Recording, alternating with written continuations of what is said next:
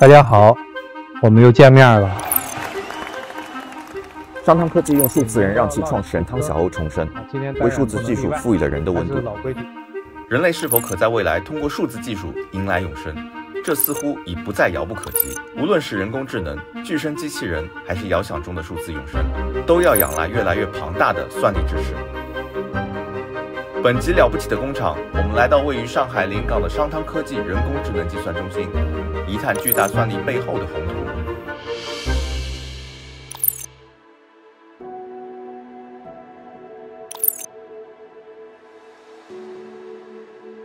这就是亚洲最大的超算中心，算力规模达到1万匹。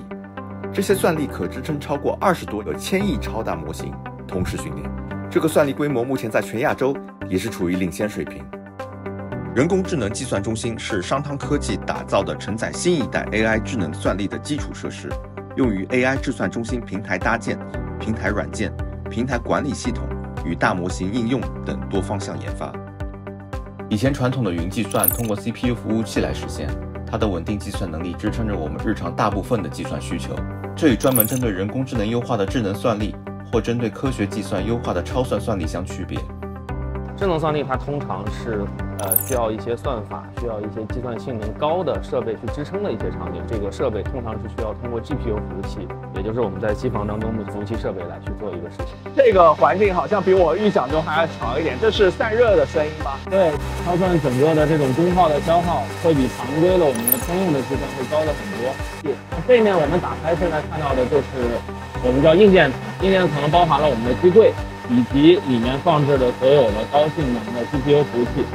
GPU 计算会产生大量热量，算力机房需要通过冷却，让设备在适宜的温度下稳定运行。这一排是冷通道刚才我们去的那边是热通道，所以这边会有风比较大。冷通道和热通道是算力机房中常见的气流管理方式，它可以优化机房空调系统的冷却效率，降低能耗，并延长设备寿命。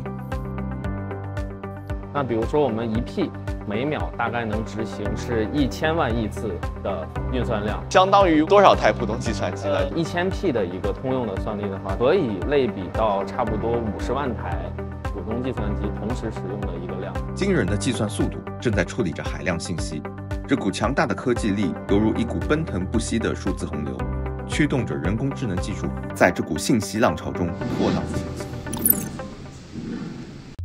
这边是我们人工智能的专项的一个展厅。哇，这个好厉害！我们这里面列了一些应用场景下的算力规模体量的这样的一个概念围棋我们有10的172次方这样的一个计算。围棋的算力要求比麻将高。对的，排名第2的是我们中文的古诗词，那最到的其实是游戏，所以我们的电竞选手是很厉害的。这边其实是人工智能历史上一个非常有名的叫摩尔定律摩尔定律即集成电路中的晶体管数量大约每2年翻一番。20世纪70年代中期以来，随着摩尔定律的提出和验证，推动了个人电脑的普及和互联网的兴起。2010年后，随着深度学习和大模型对算力需求的急剧攀升，算力增长曲线陡峭上升。算力如同现代社会的新型生产力，无处不在地推动着数字化转型和智能化进程。这2年最火的其实就是大模型嘛，还有一些比如说 AI for Science 去做一些产业的数字化升级我们的 AIGC， 这些都是我们具体应用算力的一些场景。如今 AI 技术在各个行业的应用快速推进，互联网、金融、制造业、人工智能、游戏、科研、智慧城市、医疗健康、物联网等行业都在借助算力进行大数据分析和智能决策。像汤小欧的这个数字人，它背后需要哪些技术？它背后的核心技术就是您现在看到的我们的如影大模型的一个视频生成的平台。它其实并不是单纯的说去把一个人复制粘贴变成一个数字化的一个形象，它其实背后对于算力的这种需求会比较大，因为它需要很多的数据的这种处理算法框架的一些搭建，包括自然语言的处理。最大的这种技术难点其实就是去如何把一个人的外貌、声音，然后包括你的动作，然后你的行为，甚至你的思维模式，能够去还原到这个数字人的这个当中去。汤老师我们还原的这个数字人其实就是采样了很多在之前年会啊，或者是公开场合，他去做演讲的一些这个视频，那我们需要不仅是声音形态，还有他整个的一些讲话的思维的方式，一些表达的逻辑上的一些学习。海量的数据学习、高强度的计算、数字人的模型训练需要大量 GPU 和其他加速硬件的支持，而智算中心大规模的 GPU 集群有效满足了这一需求。当时是怎么样想去做这么一个？我们其实也一直比较希望做有温度的人工智能公司，所以黄源汤老师的这个数字人，其实也是希望能给我们所有的员工带来一些新的力量。这面是整个大装置应用场景的展示，看上去很逼真，越逼真，最后你需要喂给它的数据量就会越大。像这两个呢，下棋机器人叫圆萝卜啊，您可以去体验一下。我要战胜人工智能。我跟他大战42手，输掉了。是。棋毁棋，哎，下错。这要毁一步棋吗？毁一步。将军，恭喜你大获全胜。我赢了。我是一个虚拟的 AI 助手。小易，你有过悲伤的时候吗？我没有情感，所以不会悲伤。你是永生的吗？在体验了基于算力的产品之后，我见到了商汤科技大装置生态高级总监刘远辉，和他聊聊关于算力的未来。我们为什么要建机房去扩大我们的算力？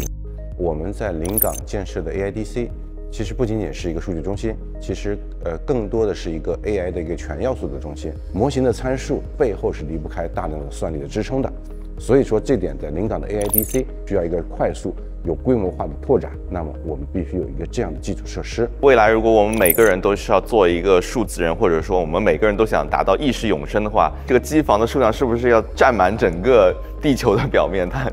从目前的情况来说的话，其实 AI 的算力需求背后离不开能源的消耗，但是同时也在做一些生态方向的合作，就不管是从一些光互联的情况啊，还是一些新能源，还有甚至我们下一代的一些量子计算、光计算的芯片，其实我们开始一些前沿性的研究。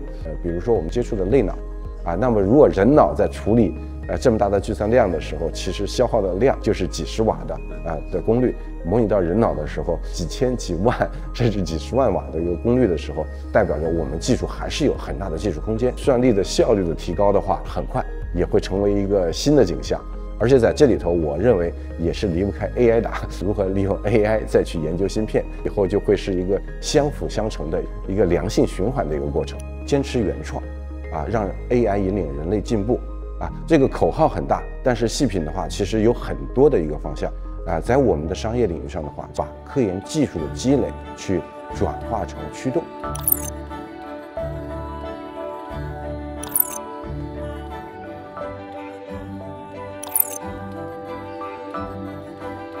也许10年、20年或者更久以后，你才会翻开前序，而我们只是一群选择出发并坚信赶路的人。近些年，我们正经历着一场空前绝后的技术风暴，人工智能、大模型、VR 增强现实，这些技术正带动着新一轮的产业变革，而这背后的一切就是算力的建设。